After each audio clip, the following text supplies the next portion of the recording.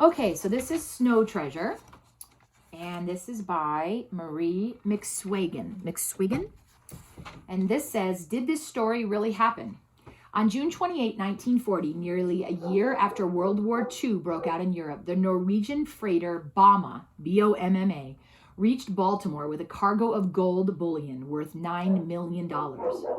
When the Bomma's captain asked for a police escort while unloading the bullion, a strange story came to light. The gold, it was reported, had been slipped past Nazi sentries by Norwegian boys and girls. Under the very eyes of the enemy, the story went, these children had pulled the gold on their sleds to a freighter hidden in a fjord off Norway's coast. So that no harm might come to the brave children, the captain would not tell the location of the fjord.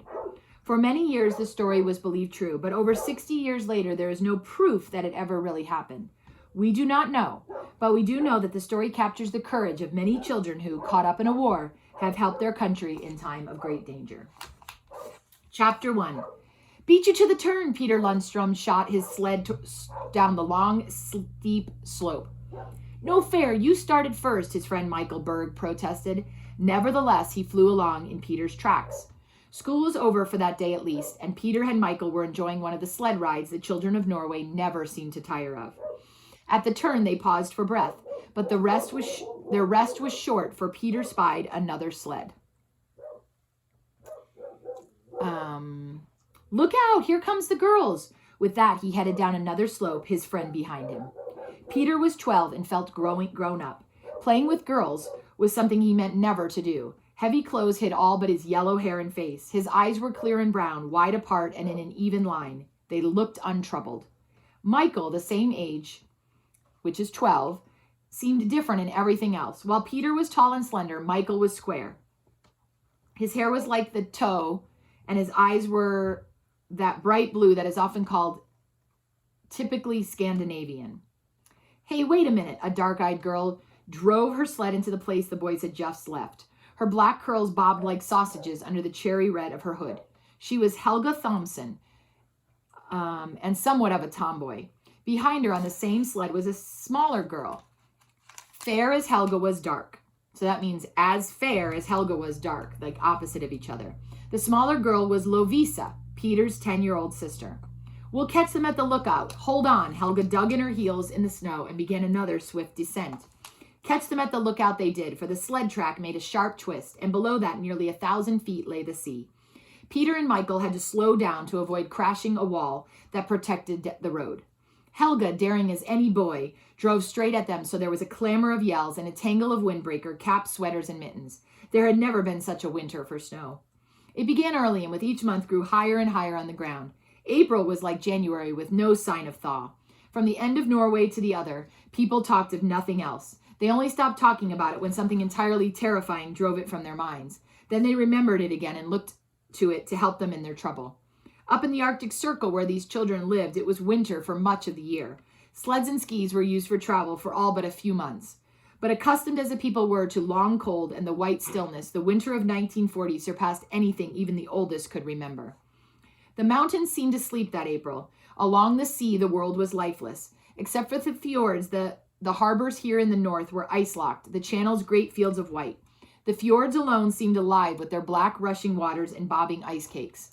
These forceful streams flow too fast for freezing, and so are always a highway to the open sea. The four friends at the lookout continued their lively play. Peter and Michael tried to wash Helga's face, but the snow was too hard and dry, and the face washing could hardly have been called successful. Helga managed to get a handful of snow down Peter's back, and that did amount to something, for he had a bit of trouble shaking it out to prevent the discomfort of its melting. Tired of the tussle, the four squatted on their sleds. When Michael idly tossed a lump of snow in Helga's lap, she got up to shake her dress. In doing so, she turned toward the sea. Why, Peter, there's your Uncle Victor. She was surprised. And Rolls, his mate. Look. You're crazy. Peter didn't bother to get up. But it is your Uncle Victor, honest. Now, what in the world would he be doing here? You don't suppose he's fishing this time of year, do you? But it is, Peter. Come see. She was so sure about it that he got up, if only to be able to tell her she was wrong. Below, miles away by the road, but only a little distance for a stone, Uncle Victor was making footprints in the hard snow. Behind him was the stocky figure of Rolls, second in command of the Lundstrom fishing fleet. Yoo-hoo, Uncle Victor! Lovisa was on her feet and looking out over the wall of the lookout. but she could not make him hear. Yoo-hoo, the four of them yelled in chorus, cupping their hands to make the sound carry farther. And here's a little picture just of the four kids. Then Victor Lundstrom heard them and looked up, but there was no great roar of greeting the children as they had expected. He only waved his arm and went on walking. Rolls saw them too and gave an equally casual salute. Peter scowled. The greeting was unlike Uncle Victor. Why, he should have been overjoyed to see them, especially after a long trip. He was Peter's favorite relative and in all truth his hero. He led a life of adventure in contrast with Peter's father, a banker. He was one of the most successful fishermen in that land of able fishers. He had a whole fleet of boats and sailed about everywhere, his nephew supposed. When he came back from a voyage, he had stories to tell that no one could match. Uncle Victor was as fond of his brother's children as they were of him. So it wasn't like him to not seem glad to see them. What's he doing here? Michael wanted to know. They watched him walk along the beach toward the cliff beyond the Ryswick Fjord. And here's kind of a picture of where they're walking in.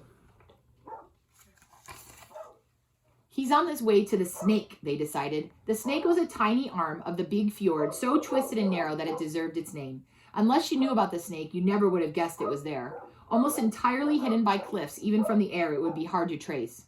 To the Clang Pearson, Lovisa's eyes danced, for the Clang Pearson was Uncle Victor's own fishing boat, the one that he alone might sail. The children were permitted aboard only as a special treat. But why is he here? Peter pondered.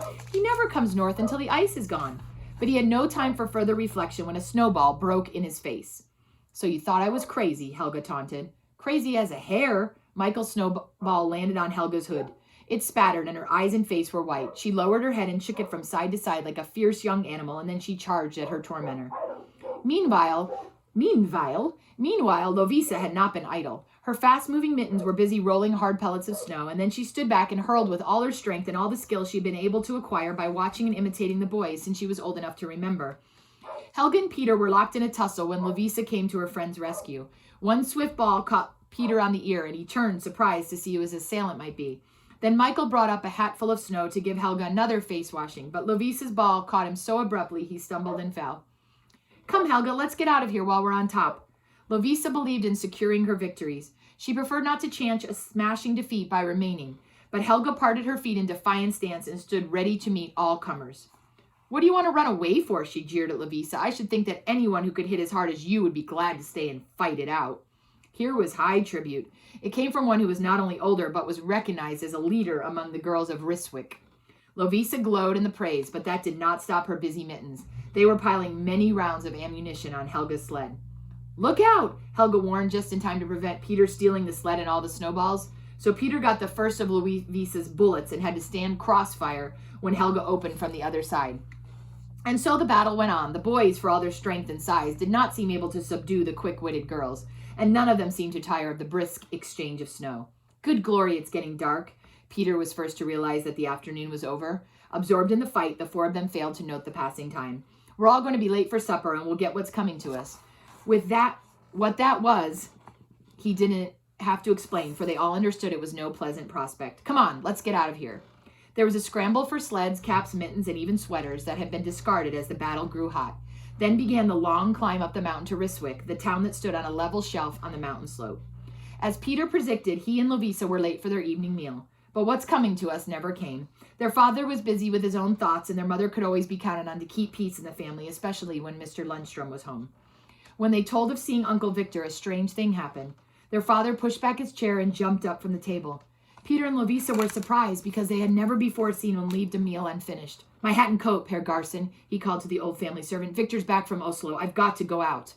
Per Garson, entering with the coffee, all but dropped the tray. And that's the end of chapter 1 from Snow Treasure.